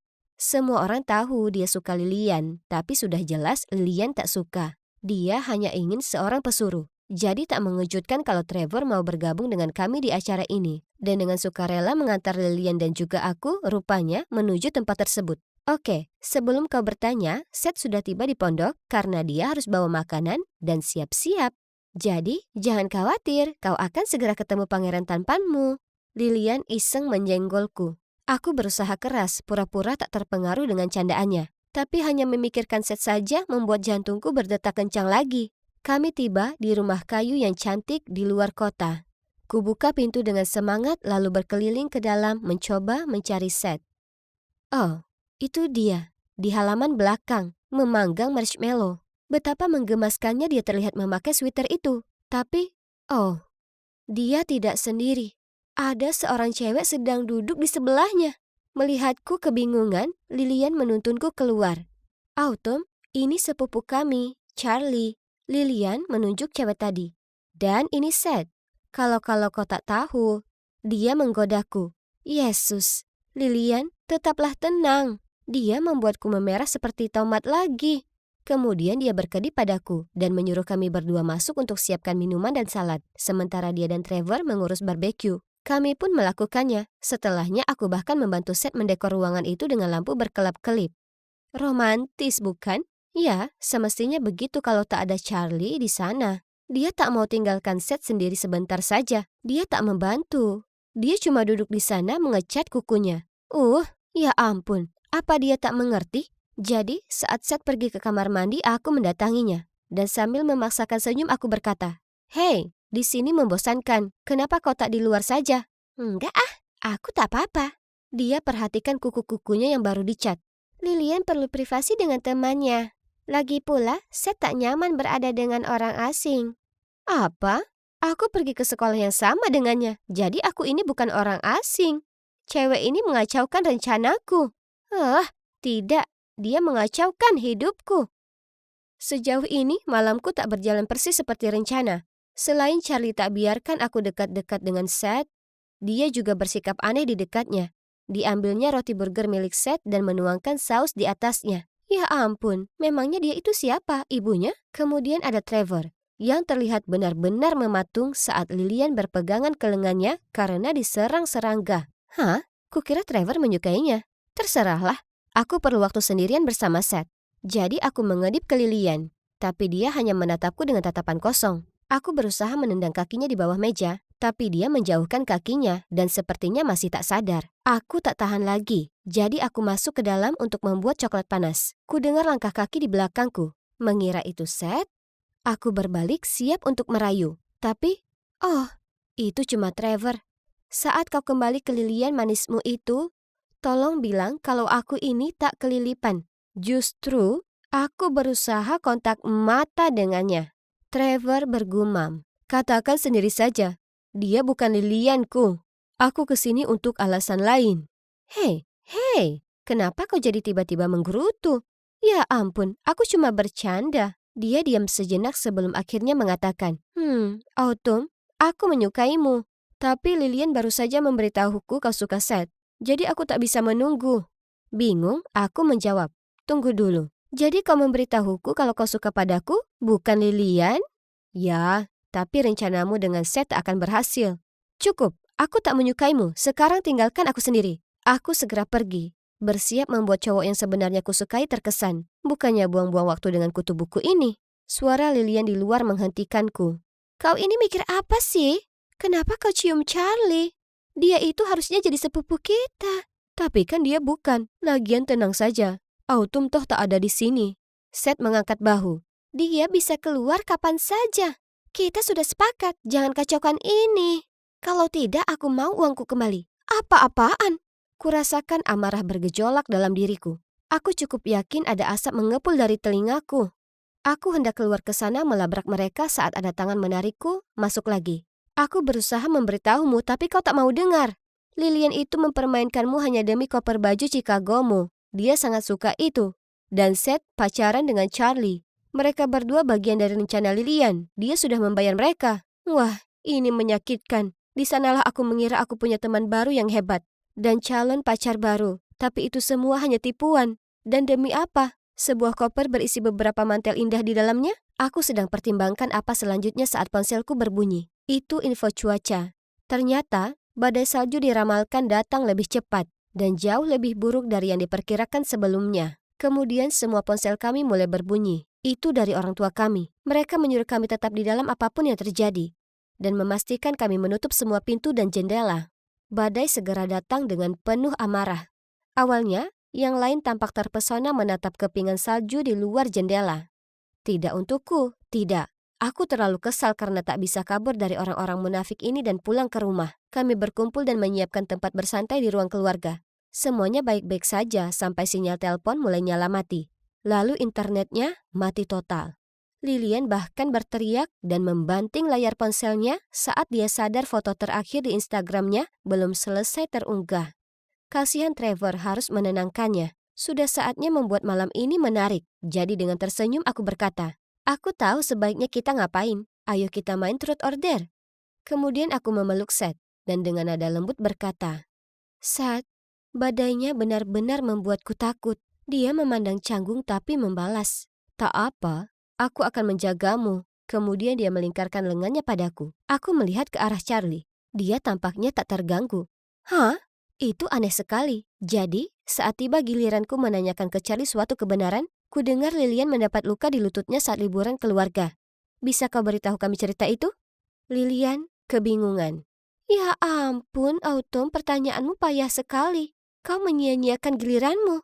Charlie awalnya tampak terkejut, tapi kemudian segera menenangkan diri, tertawa dan berkata, ya, Lilian itu ceroboh dan sering sekali tersandung. Saat itu kami anak kecil lomba skuter, tapi nona kompetitif ini terlalu berlebihan. Dan akhirnya jatuh tersungkur ke tanah. Oke, jadi dia tak terpancing, tapi juga tidak benar-benar menjawab pertanyaannya. Kita lihat seberapa lama kau bisa pertahankan kepalsuan itu. Ketika malam terus bergulir, semua tampak bersenang-senang, tapi tidak denganku. Aku masih merasa kecewa dengan semua situasi ini. Aku dibuat seperti orang bodoh tak hanya oleh temanku, tapi juga gebetanku. Dan juga cewek yang konyol. Yang menjengkelkan adalah, kalau saja Lilian minta langsung padaku, pasti akan kuperbolehkan dia menyimpan apapun yang dia mau, karena kupikir kami ini teman. Lilian mulai menguap, lalu memberitahu kalau dia akan tidur. Tak mungkin aku berbagi kamar dengan pengkhianat itu, dan juga saingan percintaanku. Tidak, terima kasih. Jadi, aku tak mau beranjak. Tapi di mana kau akan tidur? Jangan konyol, Autumn. Ya, ayolah. Kau akan membeku kedinginan di sini. Aku tak masalah, pergi saja. Aku ini cewek Chicago, ingat? Apa kalian sebut ini badai? Tolonglah. Aku sudah alami musim panas yang lebih dingin dari ini. Aku menyeringai. Tapi mereka terus saja memaksa. Usaha yang bagus. Sekolah kalian ini sungguh peduli. Harus kuberi pujian akting mereka. Kalau begitu paling tidak ayo kita ambilkan untukmu baju yang lebih hangat. Aku setuju. Tapi kopernya masih ada di mobil Trevor. Aku punya ide. Dia mengedi padaku, lalu berteriak ke koridor. Seth, bisa tolong ambilkan baju musim dingin autumn di mobil Trevor? Apa kau waras? Di luar sana membeku dan gelap gulita. Kalian cewek-cewek ini menjengkelkan sekali. Akhirnya, Lillian dan Charlie menyerah berusaha membujukku dan melemparkan selimut padaku. Akhirnya, sendiri saja dari para manusia palsu itu. Aku meringkuk di sofa dan menghela napas panjang untuk tidur. Hanya saja, setengah jam kemudian, aku masih berguling-guling. Banyak yang kupikirkan, dan angin di luar menderu. Saat itu kuapit kepalaku di antara kakiku, berusaha mempertahankan panas tubuhku. Ya ampun, pastinya ini semakin dingin. Kemudian tiba-tiba, ku dengar 3 ketukan berturut-turut di pintu. Rasa merinding menjalar ke seluruh tubuhku. Aku pasti salah dengar, ya kan? Aku menahan napas untuk mendengarkan. Lalu ada 3 ketukan lagi. Oh, ya ampun. Siapa kira-kira itu di jam seperti ini? Dan di kondisi begini?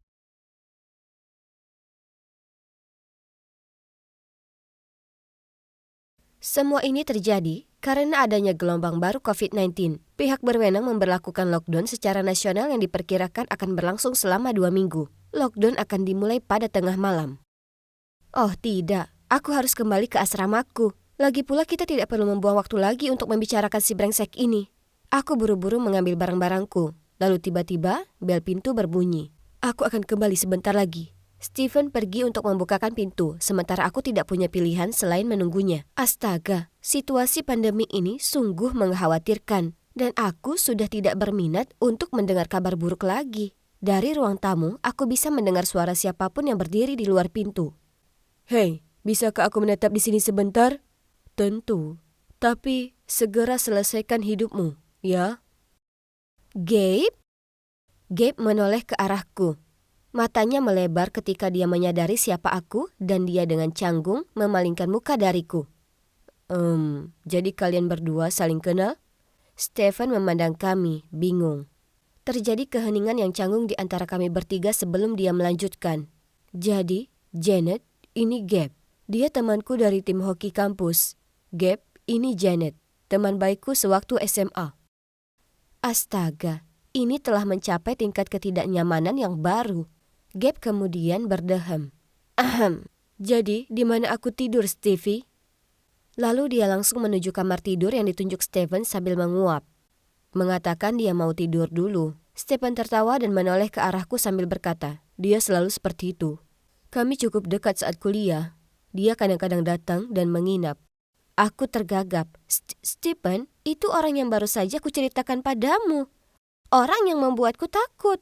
Stephen menatapku heran, tapi dia tidak mengatakan apa-apa.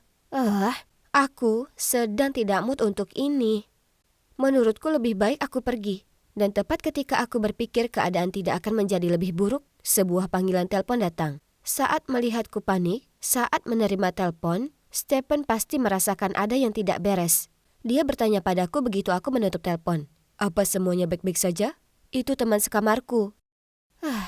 Dia baru saja memberitahuku bahwa ada kasus positif di asrama kami. Aku tidak bisa kembali sampai karantina selesai. Oh tidak, apa yang harus kulakukan? Semua barang-barangku ada di kamar asramaku, dan aku tidak bisa berkendara pulang ke kampung halamanku. Rasanya seperti 1 abad. Aku tidak akan bisa pergi kemanapun sebelum lockdown selesai. Dan menginap di beberapa hotel selama 2 minggu tentunya bukanlah pilihan yang cerdas. Janet, kamu bisa tinggal di sini. Stephen dengan lembut tersenyum padaku. Jangan khawatir, aku akan mengurus semuanya. Aku bisa menyiapkan sofa untukmu, jadi kamu tidak perlu tidur di kamarku. Oh, dia ingat aku punya sedikit klaustrofobia dan merasa tidak nyaman di kamar kecil. Aku hendak membalas, tapi dia menghentikanku. Lalu segera berjalan menuju sofa dan mulai menatanya kembali. Ini lucu. dan aku merasa tersentuh. Sepertinya aku tinggal di sini untuk karantina. Maksudku, ini akan baik-baik saja, tapi Gabe juga ada di sini. Dunia yang kecil, dan betapa canggungnya situasi yang aku alami. Tapi pilihan apa yang aku punya? Malam pertama, Stephen tinggal di ruang tamu bersamaku dan kami banyak mengobrol. Apa kamu pernah berharap kita kembali ke masa SMA? Segalanya tampak lebih sederhana, ya kan? Kadang-kadang, itu membantu karena saat itu aku memiliki pacar yang paling manis. Apa kamu ingat saat kamu meminta tim pemandu sorak melakukan rutinitas khusus untuk ulang tahunku? Ini adalah hal paling lucu yang pernah dilakukan seseorang untukku. Stephen menyeringai. Baiklah, aku sudah mencobanya. Kita sangat bahagia saat itu. Lalu kuliah menghalanginya. Hei, tidak semuanya buruk. Kita masih berteman baik. Stephen balas tersenyum lembut. Benar sekali. Senang rasanya melakukan perjalanan menyusuri jalan kenangan bersama Stephen. Dia dulunya adalah pacar yang manis dan penuh perhatian. Dan dia tetaplah cowok yang seperti itu. Apapun yang terjadi, berada di dekatnya membuatku merasa aman. Kami terus ngobrol sampai subuh. Lalu tertidur. Beberapa saat kemudian di pagi hari, aku terbangun karena suara pintu lemari es dibanting. Melalui mata kabur, aku mengetahui bahwa itu adalah Gabe. Dia memelototiku sebelum dia bergegas kembali ke kamarnya. Kenapa dia begitu membenciku? Lalu aku melihat dia meninggalkan pancake di atas meja. Oh, ini pasti untuk Stephen. Jadi aku membawanya ke dia. Dia sedang memakannya saat Gabe muncul kembali. Hei Gabe, terima kasih untuk pancake-nya. Gabe mendengus. Ya. Lalu menatapku dengan pandangan kotor sebelum dia pergi lagi. Aku berusaha sekuat tenaga untuk menghindari Gabe, tapi ini tidak mudah ketika aku terjebak di apartemen kecil bersamanya. Aku menghabiskan sebagian besar waktuku membaca buku atau mendengarkan musik. Ya, kami punya sejarah yang baru saja kuceritakan pada Stephen sesaat sebelum Gabe membunyikan bel pintu. Kami berkencan selama sebulan. Semuanya baik-baik saja dan aku mulai sangat menyukainya. Dan wah, dia menghilang. Janet ghosting. Aku masih merasa sedih dan belum mau menghadapi semua ini. Apa alam semesta mengatur situasi karantina yang tidak nyata ini sehingga aku bisa mengatasi makhluk hantu ini? Lalu setelah itu, saat Stephen sedang mandi, Gabe berjalan ke arahku dan memberikanku sebatang permen. Aku meletakkan bukuku dan mengambilnya darinya. Tapi hanya karena aku tidak ingin bersikap kasar, lalu dia dengan canggung bertengger di tepi sofa dan berkata, ada apa denganmu dan Stephen? Hal ini membuatku jengkel, jadi aku berkata, itu bukan urusanmu. Mungkin saja, aku sudah tahu ada sesuatu yang terjadi saat aku masuk. Lalu sebelum aku bisa menjawab, dia melanjutkan. Baik, masuk akal kalau gadis sepertimu akan jatuh cinta pada playboy. Steven adalah cowok yang baik, dia membiarkanmu tinggal di sini ya kan? Jadi mungkin kamu harus berpikir 2 kali sebelum menjelek-jelekannya di masa depan. Gabe mengambil permen itu dariku, lalu berdiri. Pipinya menggembung karena marah dan dia tampak seperti akan meledak. Saat itulah Stephen muncul dan mencoba meredakan situasi. Dia mengajak Gabe keluar ruangan, tapi setelah itu aku terlalu marah untuk membaca. Jadi aku duduk di sana sambil memikirkan banyak hal dan merasa lebih jengkel dari sebelumnya. Makan malam itu sangat canggung. Kami semua duduk mengelilingi meja dalam keheningan yang mematikan dan Gabe serta aku menghindari kontak mata. Aku merasa tidak enak karena Stephen terjebak di tengah situasi ini. Dia tidak pantas menerima ini. Saat aku sedang cuci piring, Gabe berkata kepada Stephen, bisakah kamu memberi kami ruang? Aku perlu berbicara dengan Janet secara pribadi.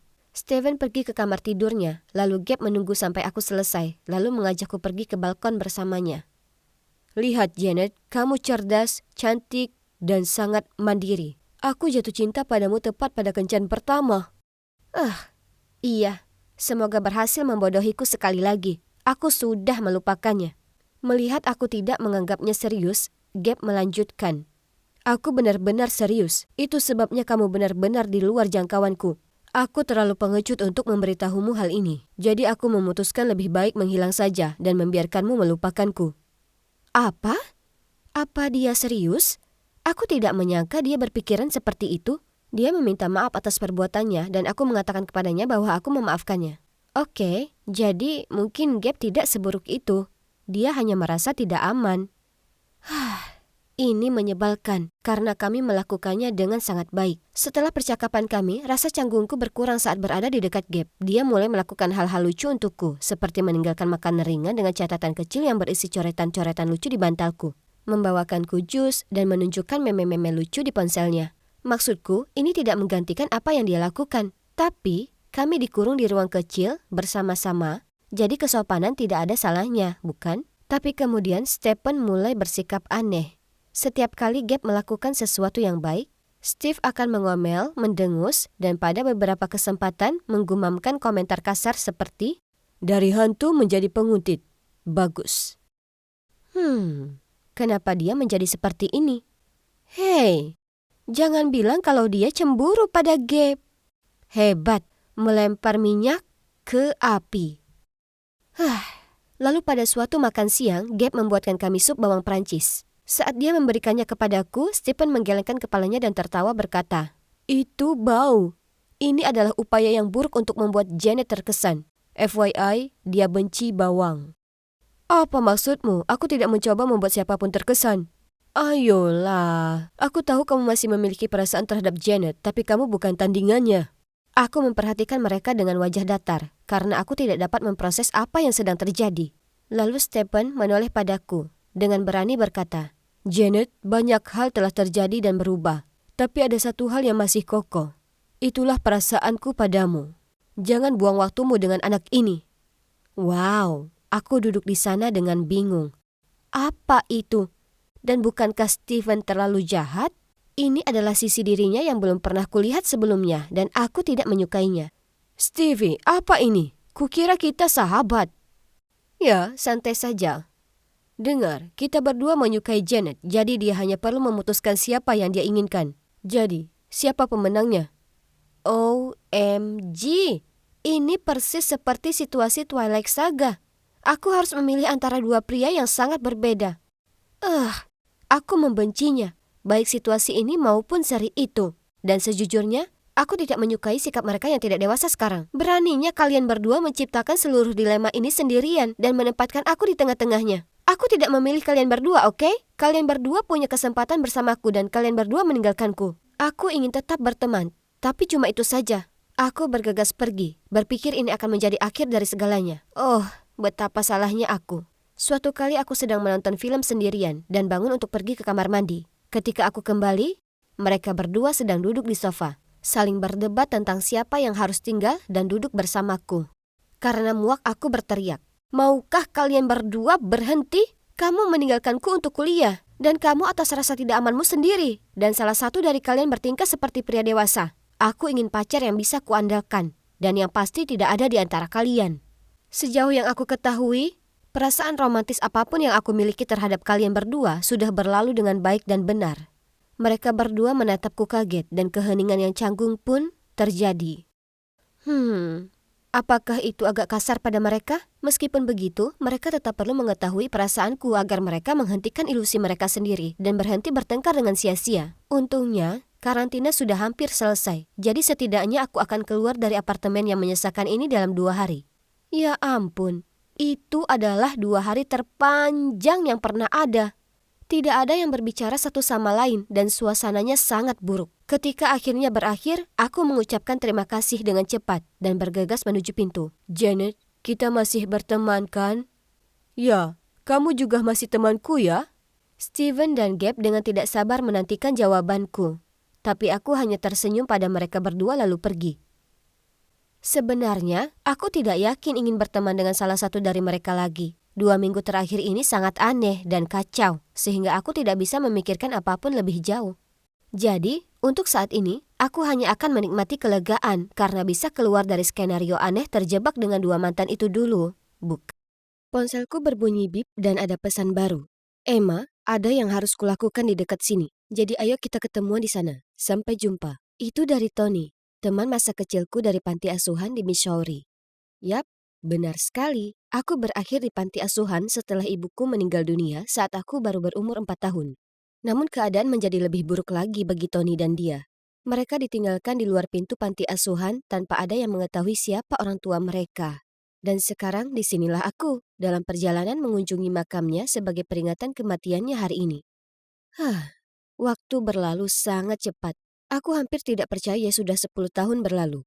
Aku membeli beberapa bunga lalu pergi ke kuburan. Tony sudah ada di sana menungguku. Aku tersenyum dan melambai, tapi hatiku terasa berat. Dulu ketika kami berusia 14 tahun, kami sangat dekat. Tony, Thomas, dan aku. Aku diam-diam punya perasaan ke Thomas, tapi aku tidak pernah punya kesempatan untuk memberitahunya. Semua terjadi begitu cepat pada hari itu. Kami masih anak-anak, muda dan bodoh, kami menyelinap keluar untuk bermain di tepi sungai. 1 menit kami saling bermain air di sungai. Tidak lama setelahnya, Thomas terbawa arus. Aku mencoba menyelamatkannya, tapi Tony menarikku kembali ke tepian. Bahkan memikirkannya sekarang, aku masih tidak bisa menahan tangisku. Jangan menangis, Em. Aku selalu ada untukmu, dan aku tahu dia juga akan selalu ada di sisimu. Jauh di lubuk hati, aku tahu Tony selalu mempunyai perasaan terhadapku, tapi aku tidak merasakan hal yang sama. Setelah itu, Tony mengantarku pulang. Melihat wajahku yang kelelahan, dia berkata sebelum aku masuk ke dalam. Tidurlah yang nyenyak, Em. Ingat, kita ada wawancara besok. Astaga, aku hampir lupa. Tony mungkin mengira aku adalah karyawan terburuk yang pernah ada. Dan ya, kalian bisa menebaknya. Tony adalah bosku.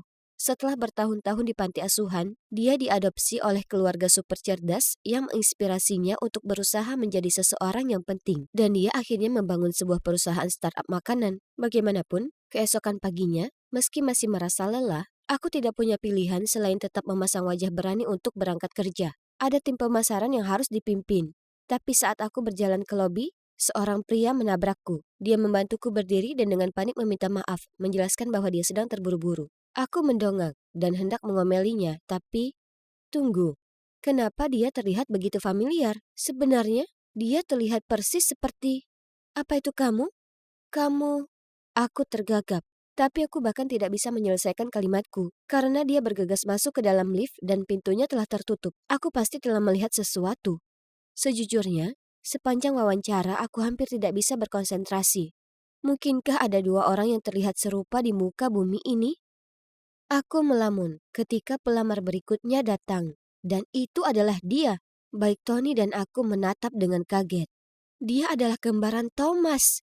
Tapi itu tidak mungkin. Maksudku, Thomas sudah meninggal bertahun-tahun yang lalu. Kami berdua terlalu kaget untuk mengatakan apapun sampai suaranya memecah keheningan. Hai, aku Dustin dan aku di sini untuk wawancara untuk posisi pemasaran. Aku memandang Tony dan dia tampak sama bingungnya denganku. Tapi, iya, itu bukan Thomas. Orang ini berasal dari Illinois dan bahkan belum pernah ke Missouri. Oke, jadi inilah gambaran Thomas. Cukup masuk akal. Wawancara berjalan dengan baik, dan meskipun dia sedikit arogan, dia tahu apa yang dia lakukan, jadi kami mempekerjakannya. Saat aku keluar ruangan, anehnya, Dustin masih menungguku di luar. Dia menawarkan untuk mentraktirku makan siang sebagai permintaan maaf sebelumnya. Aku setuju, karena aku sangat ingin menanyakan lebih banyak pertanyaan kepadanya. Saat makan siang, aku terus bercerita tentang panti asuhan, beberapa hobi Thomas, dan hal-hal yang dibencinya. Tapi Dustin bahkan tidak mengedipkan mata. Aku kecewa, karena aku sangat berharap Dustin benar-benar menjadi Thomas. Malam itu, aku hampir tidak bisa tidur. Aku tidak bisa berhenti memikirkan Dustin. Ini konyol, tapi aku masih mempunyai perasaan yang kuat bahwa dia benar-benar kekasih masa kecilku. Tiba-tiba, aku mendapat pesan dari Tony. Aku melihatmu jalan-jalan dengan Dustin. Sadar, Em, dia bukan Thomas. Aku tidak mau mendengarnya. Keesokan harinya, aku tidak bisa mengalihkan pandanganku dari Dustin. Saat makan siang, aku melihat dia menaruh madu pada semangkanya, dan aku merinding. Itulah yang biasa dilakukan Thomas. Ya ampun, aku berseru. Aku kemudian memberitahu Tony apa yang baru saja aku lihat setelah dia duduk, tapi dia hanya tertawa dan berkata, sejujurnya, banyak orang yang melakukan itu. Apa menurutmu Thomas kita bisa sesombong itu? Melihat aku masih tidak terpengaruh, dia melanjutkan. Tetapi jika kamu masih ingin memeriksanya, beri saja dia buah persik. Segala hal bisa berubah, tapi alergi tidak, kan? OMG, Tony jenius. Dia mungkin hanya bercanda, tapi aku sangat serius. Jadi, keesokan harinya aku membelikan Dustin pai buah persik untuk menyebutnya di tim. Tetapi yang mengagetkanku, dia memakannya dengan senang hati dan tampak baik-baik saja. Oke, jelas aku harus melupakan ini. Dia bukan Thomas. Selesai. Tapi andai saja segalanya sesederhana itu, dan meskipun aku tahu Dustin bukan Thomas, aku tetap merasa tertarik padanya. Dia cerdas dan manis, dan sangat menyenangkan berada di dekatnya. Akhirnya, kami mulai jalan-jalan dan menjadi sangat dekat. Kami sebenarnya tidak mengumumkan sesuatu secara resmi, tapi kami sudah pacaran secara sederhana. Namun, mustahil menyembunyikan sesuatu dari Tony. Suatu kali perusahaan kami mengadakan akhir pekan kebersamaan tim, dan kami mengadakan kompetisi tenis. Kami harus berpasangan, jadi jelas aku akan memilih Dustin. Tapi saat kami akan mendaftar, Tony datang memintaku menjadi rekannya juga. Ya Tuhan, itu sangat canggung. Kemudian Tony berkata dengan nada yang sangat merajuk. Baiklah, bagaimana kalau kita mengadakan sedikit kompetisi? Pemenangnya akan berpasangan dengan Emma. Maka mereka mengadakan lomba renang. Itu sangat memalukan. Aku tahu Dustin tidak bisa berenang, jadi aku mulai panik, tetapi dia tetap masuk ke dalam kolam. Jelas Tony menang. Tapi siapa peduli? Dia bertingkah seperti anak kecil. Aku bergegas membantu Dustin yang terbatuk-batuk dan tersedak air. Dan pada saat itu, aku menyadari bahwa aku sangat jatuh cinta padanya. Namun sejak itu, ada rumor di perusahaan bahwa Dustin hanya menggodaku untuk dipromosikan. Suatu pagi, kami sedang berjalan melewati lobi bersama-sama ketika dua gadis mulai berbisik-bisik tentang kami. Jadi Dustin meraih tanganku dan langsung menghampiri gadis-gadis berkata, "Aku sayang Emma, apa yang salah dengan itu?" Ayo beritahu aku, lanjutkan.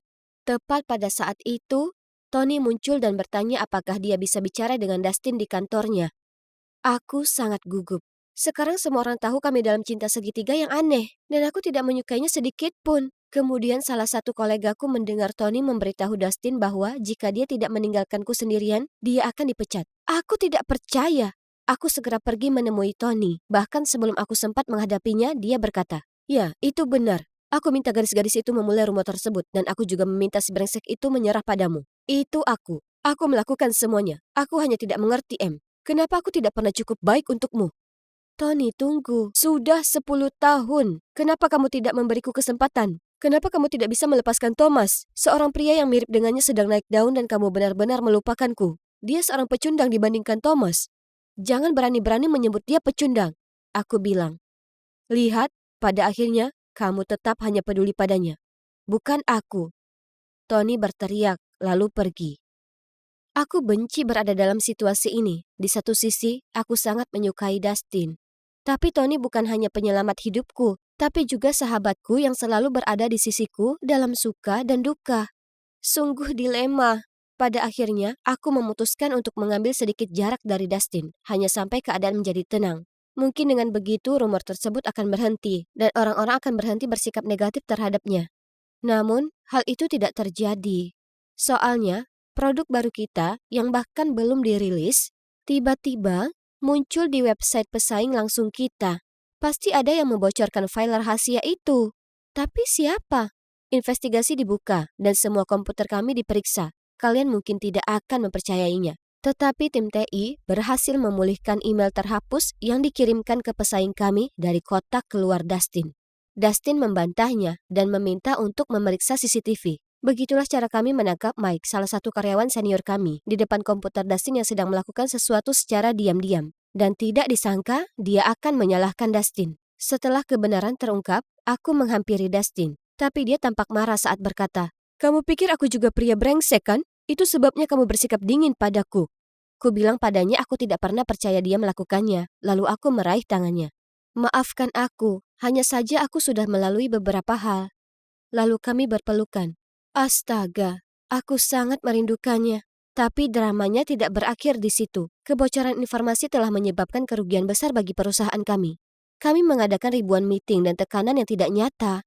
Merasa sangat kecewa, aku naik ke atap untuk mencari udara segar. Tiba-tiba aku mendengar suara Dustin di suatu tempat. Dia sedang menelpon seseorang untuk membicarakan rencana mencuri produk perusahaan kami. Mustahil! Tanpa berpikir panjang, aku menerjang dan mengambil ponselnya untuk melihat dengan siapa dia berbicara. Mike? OMG! Apa mereka mata-mata perusahaan musuh sejak awal? Aku sangat marah. Tapi, sebenarnya lebih kecewa. Jadi aku memintanya untuk mengundurkan diri dan menjauh dari pandanganku. Aku tahu aku seharusnya mengungkapkannya ke seluruh perusahaan daripada membiarkannya pergi begitu saja. Tapi, kurasa hatiku tidak sanggup melakukan itu. Aku merasa sangat tidak enak, terutama terhadap Tony, sahabatku yang selalu berada di sisiku saat aku sibuk mengejar si brengsek itu. Aku kehilangan kontak dengan Dustin setelah itu, dan aku hampir tidak punya waktu untuk memikirkannya karena perusahaan kami berada di ambang kebangkrutan. Namun suatu hari aku mendapat telepon darinya, diikuti dengan pesan yang mengatakan, "Tolong jangan abaikan aku, ada hal penting yang ingin kukatakan padamu." Jadi, kami bertemu keesokan harinya di kedai kopi, dan begitu aku melihatnya, aku berkata, "Dengar Dustin, aku sudah muak dengan semua kebohonganmu. Tolong langsung saja ke intinya." Kemudian dia menjawab, "Emma, kuakui bahwa aku datang bekerja di perusahaanmu hanya untuk mencuri ide-idemu. Tapi melihatmu dan Tony setelah bertahun-tahun dan jatuh cinta lagi padamu, ya, itu bukan bagian dari rencanaku." Aku bingung. "Setelah bertahun-tahun, apa yang kau bicarakan?" Lalu dia menunjukkan padaku pergelangan tangannya, dan dia memakai gelang persahabatan. "Ingat ini? Kau berikan padaku pada hari ulang tahunku 10 tahun yang lalu." Ya ampun. Apa yang sedang terjadi? Aku tidak dapat mempercayai mataku. Aku telah memberikan ini kepada Thomas. Tapi kenapa? Tapi buah persiknya? Lanjutku. Dia hanya tertawa dan berkata, "Aku mendengar rencana kalian, jadi aku memastikan untuk meminum obat alergi sebelumnya." Kemudian dia menjelaskan bahwa dia adalah Thomas, dan dia cukup beruntung masih bisa selamat hari itu di sungai. Ada sebuah keluarga yang sedang berada di sungai mencari putra mereka yang tenggelam. Namun bukannya menemukannya, mereka malah menemukan Thomas. Jadi mereka mengadopsinya dan mengubah namanya menjadi nama putra mereka, Dustin. Ini gila. Inilah Thomas, tepat di hadapanku, setelah bertahun-tahun. Dan coba tebak, ayah angkatnya adalah direktur perusahaan saingan kami. Jadi dia meminta Dustin, atau haruskah aku katakan Thomas, untuk datang dan menyusup ke perusahaan kami. Thomas terus meminta maaf atas hal itu, mengatakan betapa hal itu telah menyiksanya, dan bahwa dia hanya merindukanku dan harus mengatakan yang sebenarnya. Kepalaku berputar. Ini semua keterlaluan. Aku perlu waktu sejenak untuk memikirkan semuanya. Namun pada akhirnya, kami memutuskan bahwa dia dapat membantu perusahaan kami dengan mengunggah postingan untuk mengungkap kebenaran. Tentu saja begitu Tony mendengar tentang itu semua, dia sangat marah. Dia kebanyakan marah padaku karena aku melindungi Thomas. Dia bahkan berhenti berbicara denganku untuk sementara waktu. Namun, selain itu, setelah postingan Thomas, segalanya menjadi lebih baik bagi perusahaan kami. Kami dapat meluncurkan produk baru sesuai jadwal dan dia bahkan menyumbangkan sejumlah modal untuk membantu proyek kami berikutnya. Sekarang perusahaan kami masih jadi rival, tapi setidaknya sekarang persaingannya sehat. Adapun Tony dan aku, kami akhirnya berbaikan. Dia datang menemuiku suatu hari sepulang kerja dan berkata, Aku minta maaf atas sikapku yang kekanak-kanakan. Aku hanya iri padamu dan Thomas. Aku terlalu egois untuk mempertimbangkan perasaanmu. Tapi, kamu dan Thomas, aku ingin kalian bersama. Kalian berdua diciptakan untuk satu sama lain." Aku tidak bisa berhenti menangis saat dia mengatakan itu. Itu sangat berarti bagiku. Dan coba tebak, sudah setahun penuh sejak Thomas kembali ke kehidupan kami. Dan kami bertiga kembali menjadi sahabat. Oh, dan aku mungkin harus menambahkan bahwa Thomas dan aku sudah bertunangan. Kami sangat senang. Dan kami bahkan membuka panti asuhan bersama untuk anak-anak tunawisma seperti kami. Aku sudah melewati banyak fase. Akhirnya aku menemukan kedamaian hidup. Aku kira semuanya berakhir indah.